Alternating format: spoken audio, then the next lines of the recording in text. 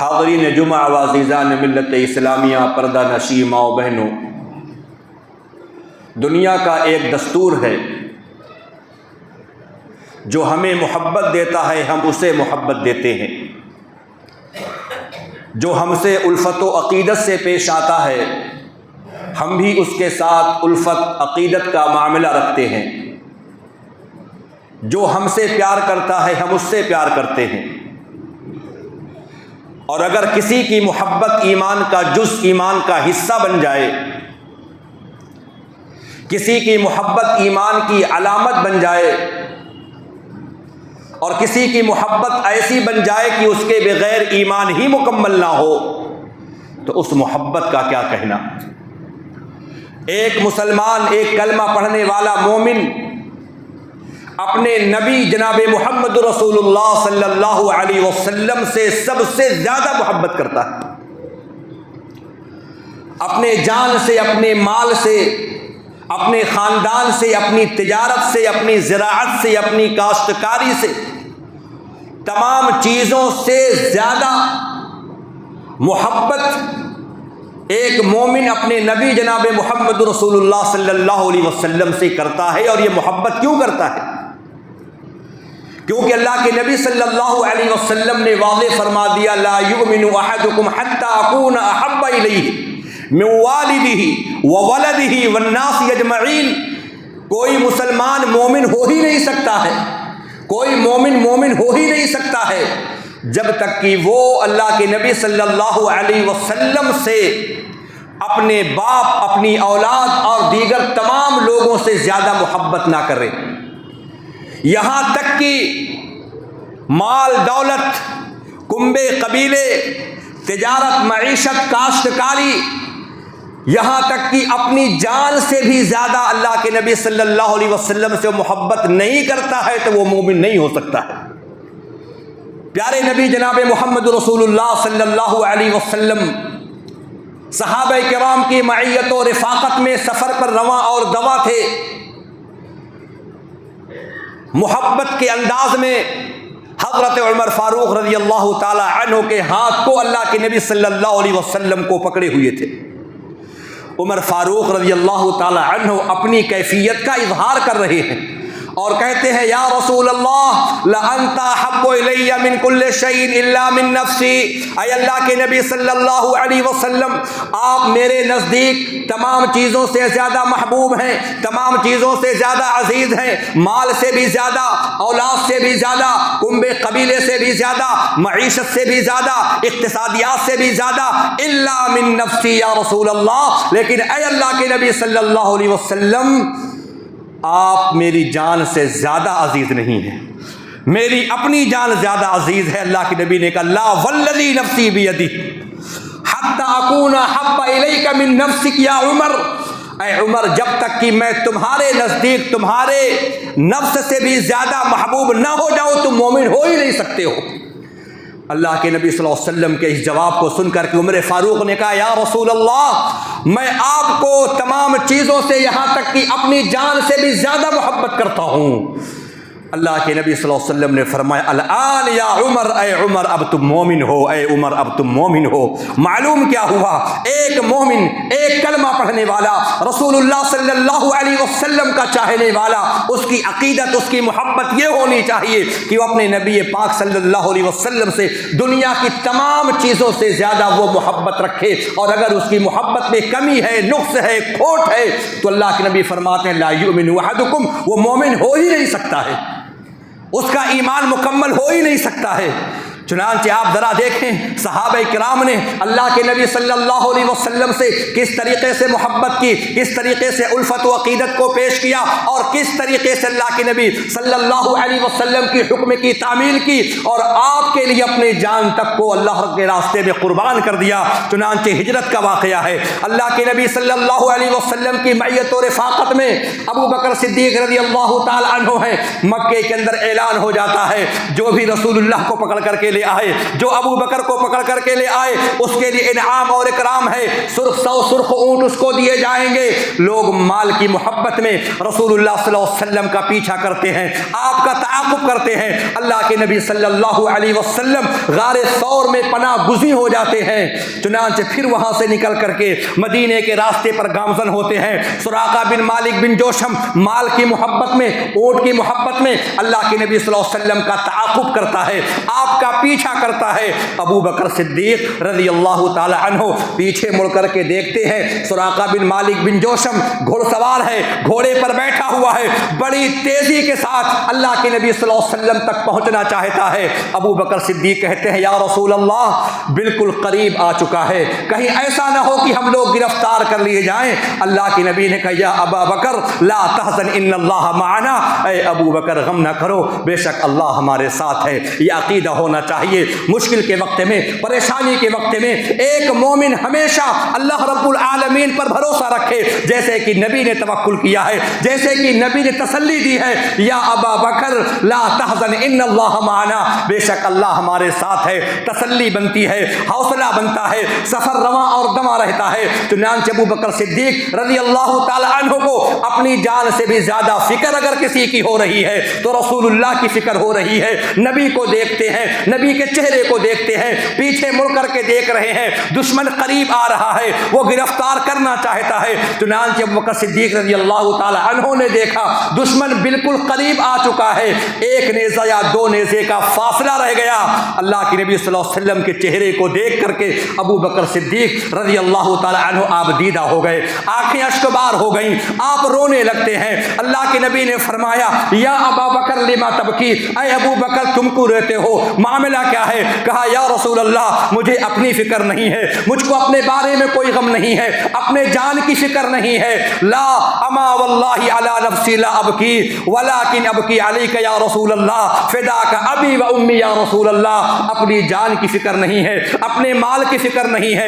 اے اللہ کے نبی صلی اللہ علیہ وسلم مجھ کو رونا آ رہا ہے تو آپ کی ذات پر رونا آ رہا ہے, آپ کے لیے آنکھیں اشکبار ہیں. کہیں ایسا نہ ہو کہ آپ دشمن کے نرغے میں چلے جائیں, کہیں ایسا نہ ہو کہ آپ قید کر لیے جائیں. اللہ کے نبی صلی اللہ علیہ وسلم آپ سے گزارش ہے, رب العالمین سے آپ بد دعا کر دیجئے یہ دشمن آپ کے قریب نہ آنے پائیں. یہ واقعہ اشارہ کرتا ہے ابو بکر صدیق ہو, چاہے بلال حبشی ہو, چاہے عمر فاروق ہو, کوئی بھی صحابی ہو, ہر صحابی نبی سے اپنی جان سے بھی زیادہ محبت کرتا تھا, اپنی جان سے بھی زیادہ الفت کرتا تھا. یا رسول اللہ آپ مستجاب الدعوات ہیں, آپ بد دعا کر دیجئے دشمن ہلاک ہو جائے. رسول اللہ صلی اللہ علیہ وسلم نے اپنے دست مبارک کو اٹھایا اور آپ میں دعا مانگی, اللہم اکفناہ بما شیتا.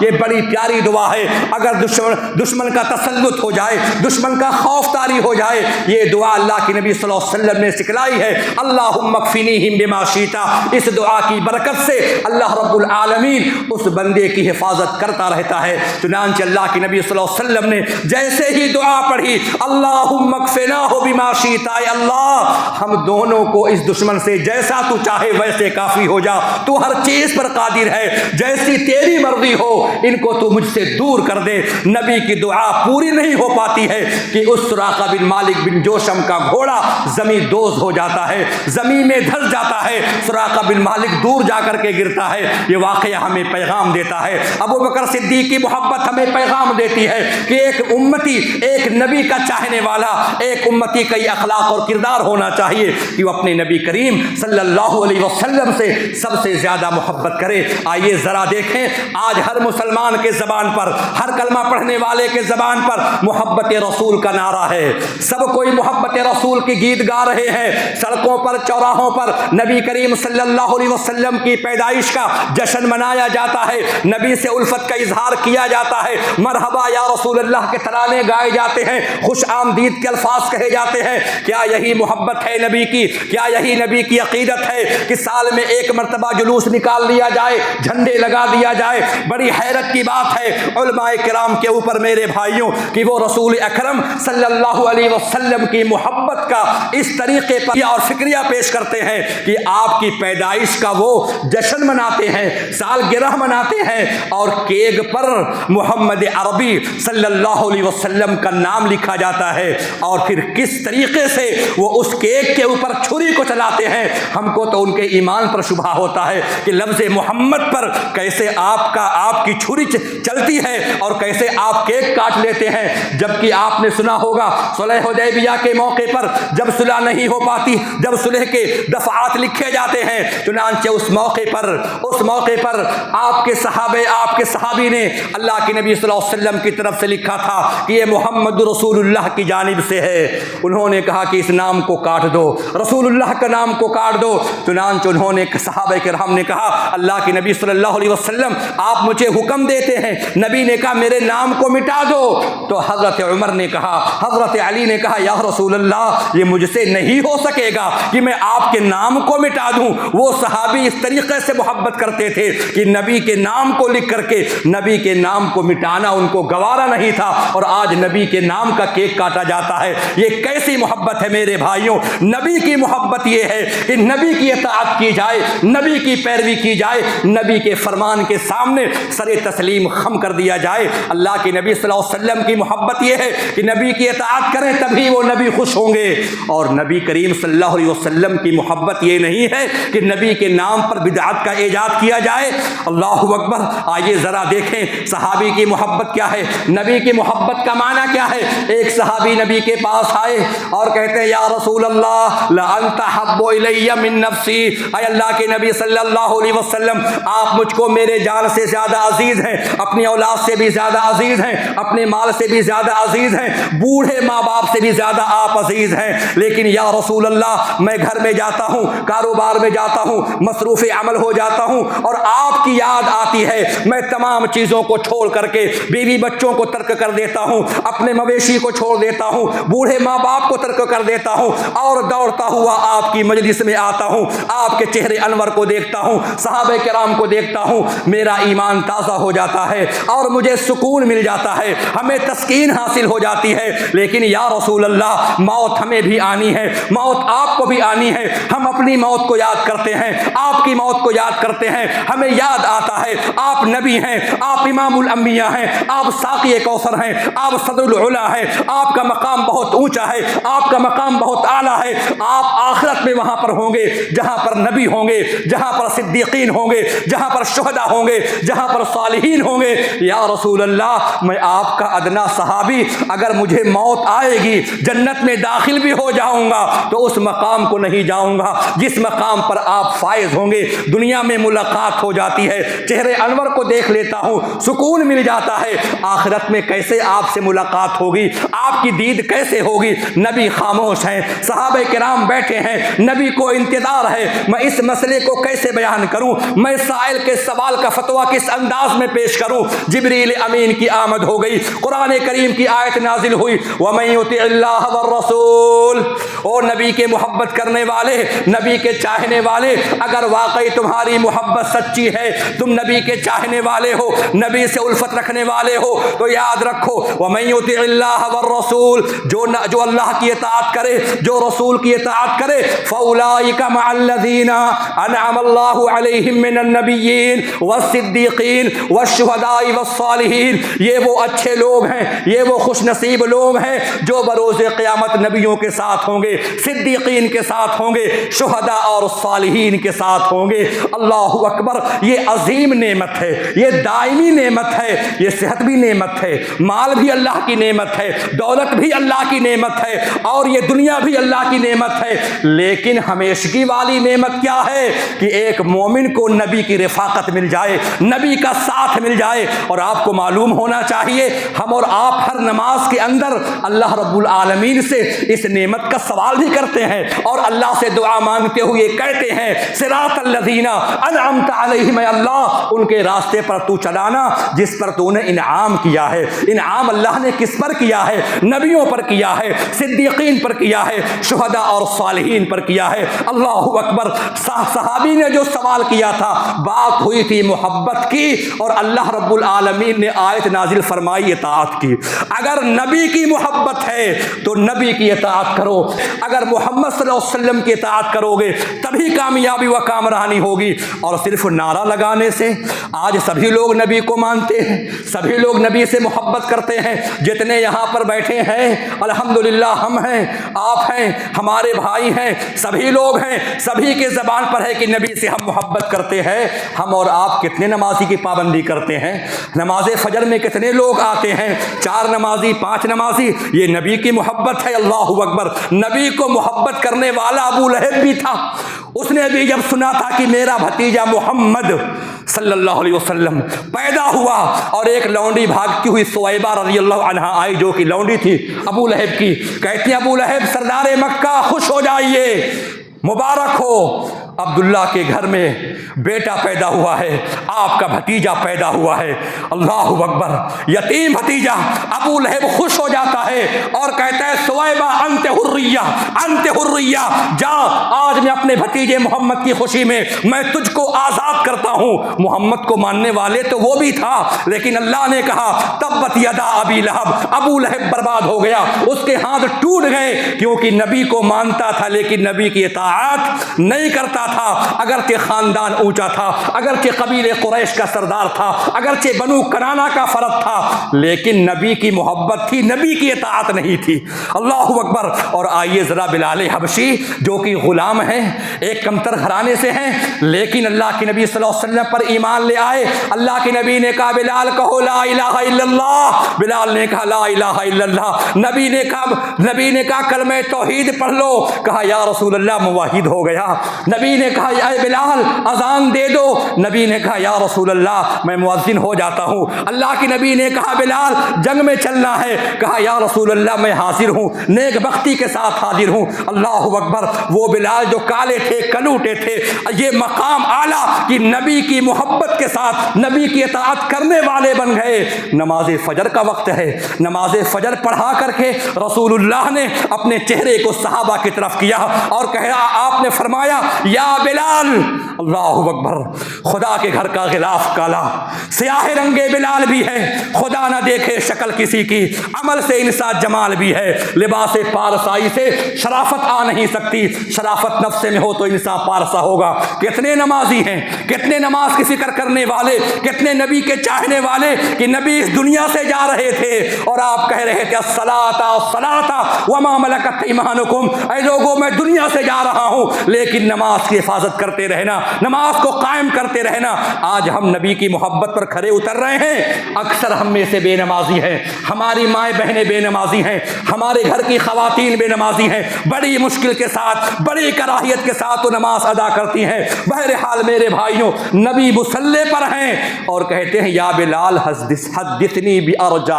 عمل عملتہ فی الاسلام، اے بلال تمہارا عمل کیا ہے؟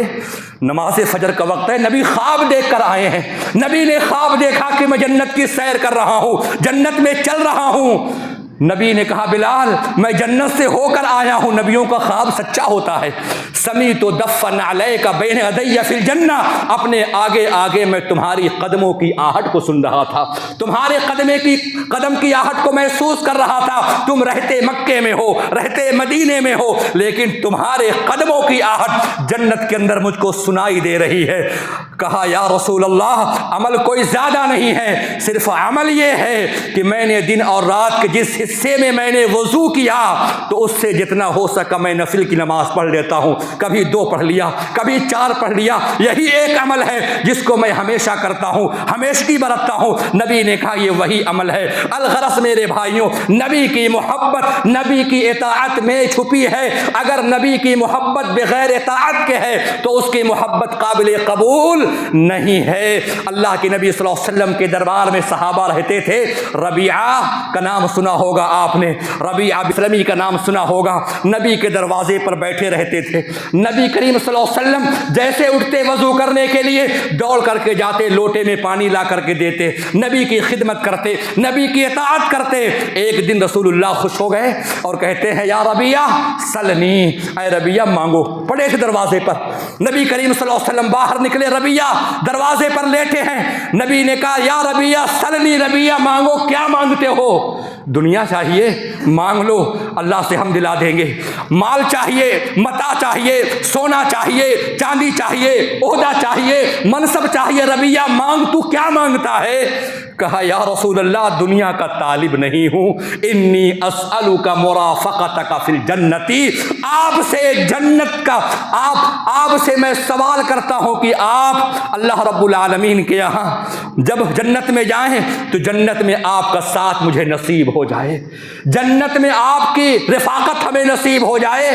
نبی نے کہا وغیرہ ذالک، اس کے علاوہ کچھ اور مانگو، کچھ اور مانگنا ہے؟ ہوا ذاک یا رسول اللہ، بس یہی چاہیے، دنیا نہیں چاہیے، مال و متاع نہیں چاہیے، ہم کو رفاقت مصطفیٰ چاہیے۔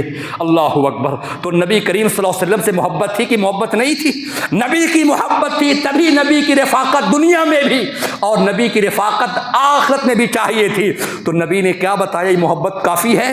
نبی نے کہا نہیں، فَإِنِّي عَلَى نَفْسِكَ بِكَثْرَةِ السُّجُودِ، اس معاملے میں تم میری مدد کرو، اپنے لیے زیادہ سجدہ کر کے، زیادہ نوافل کا اہتمام کرو، فرائض کا اہتمام کرو، تلاوت قرآن کرو، نماز پڑھو، تبھی تم کو نبی کی رفاقت ملے گی۔ میرے بھائیوں آپ ذرا غور کریں، ہم غور کریں، صحابی نبی سے محبت کرتے ہیں تو یہاں پر دیکھیں نبی کریم صلی اللہ علیہ وسلم نے کہا اطاعت کرو، نماز پڑھو، یہ نبی کا دین ہے۔ اللہ اکبر۔ رسول رحمت صلی اللہ علیہ وسلم، آج نبی کے نام پر لوگ جلوس نکالتے ہیں، محفل میلاد کا انعقاد کرتے ہیں۔ وہ نبی کریم صلی اللہ علیہ وسلم اپنے آخری ایام میں بستر مرض پر ہیں، سامنے پیالہ ہے، اس میں اپنے دست مبارک کو ڈالتے ہیں، اپنے پیشانی پر لے جاتے ہیں، چادر کو اوڑھتے ہیں، چادر کو ہٹاتے ہیں اور آپ کہتے ہیں لعن اللہ الیہود والنصارى اتخذوا قبور انبیائہم مساجدا، یہودیوں پر اللہ کی پھٹکار ہو،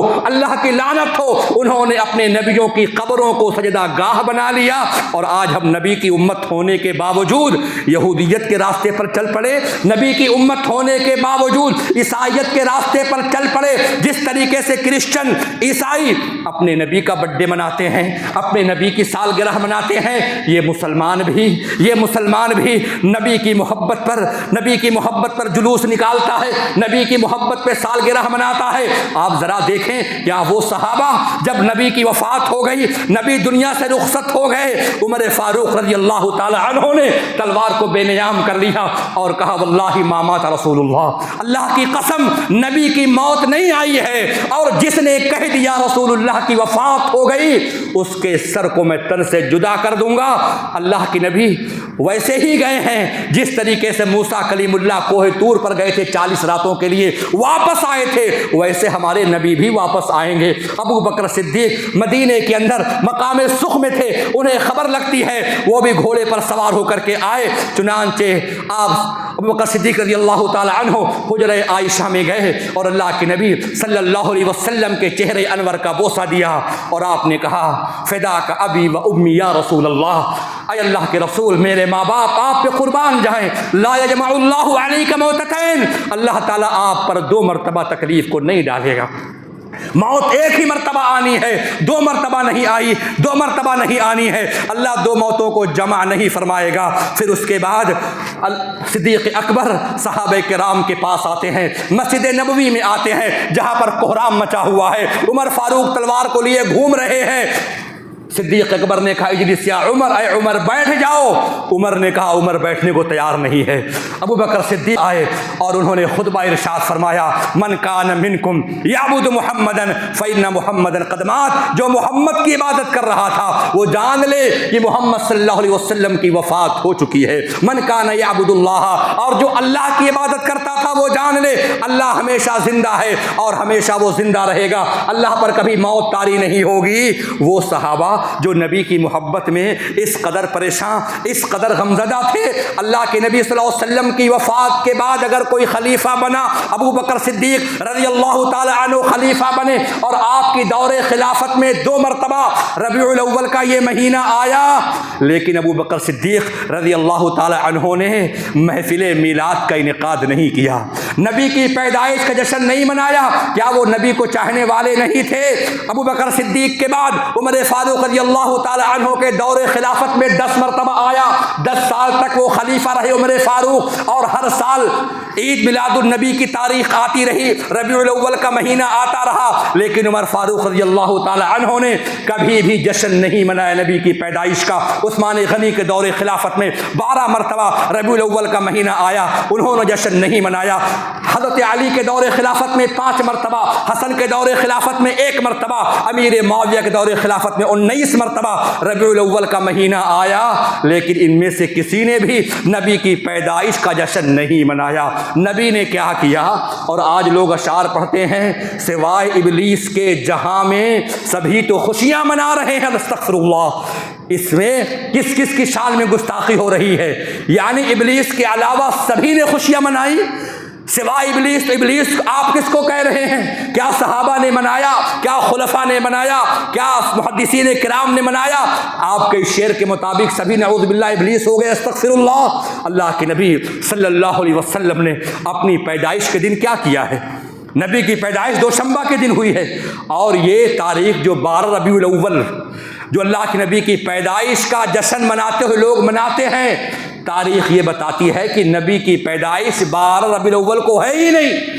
نبی کی اصل جو پیدائش ہے میرے بھائیوں، وہ 9 ربیع الاول کی ہے۔ 9 ربیع الاول کو اللہ کے نبی صلی اللہ علیہ وسلم پیدا ہوئے، یہ تاریخ معتبر ہے، صحیح ہے، اور آپ کی وفات جو ہے وہ 12 ربیع الاول کو ہے۔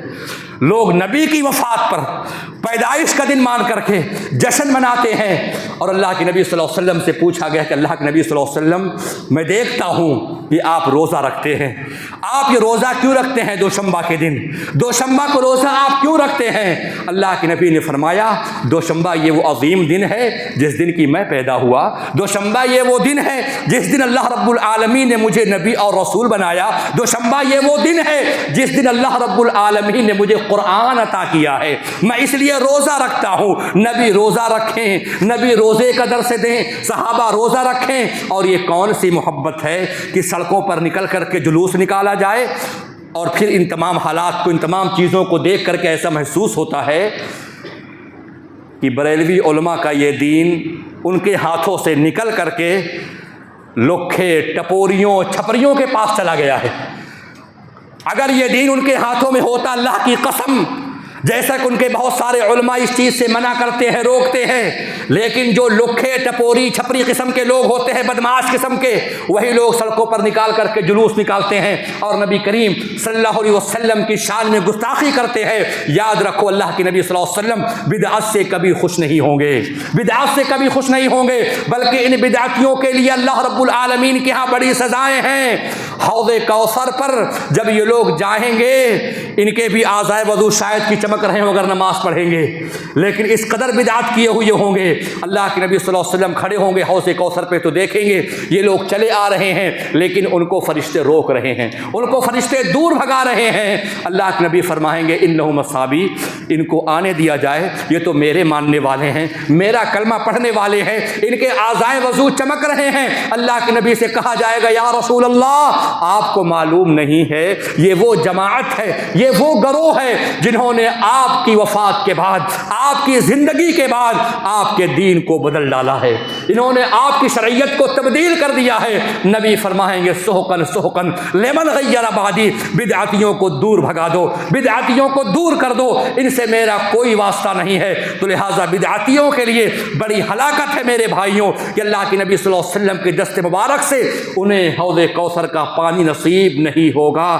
آخری بات بتا رہا ہوں، کل عبادت لم يتعبدها اصحاب النبی فلا تعبدوها، جس کو نبی کے صحابہ نے نہیں کیا اس کو نہ کیا جائے، وہ دین نہیں ہو سکتا ہے، وہ عبادت نہیں ہو سکتی۔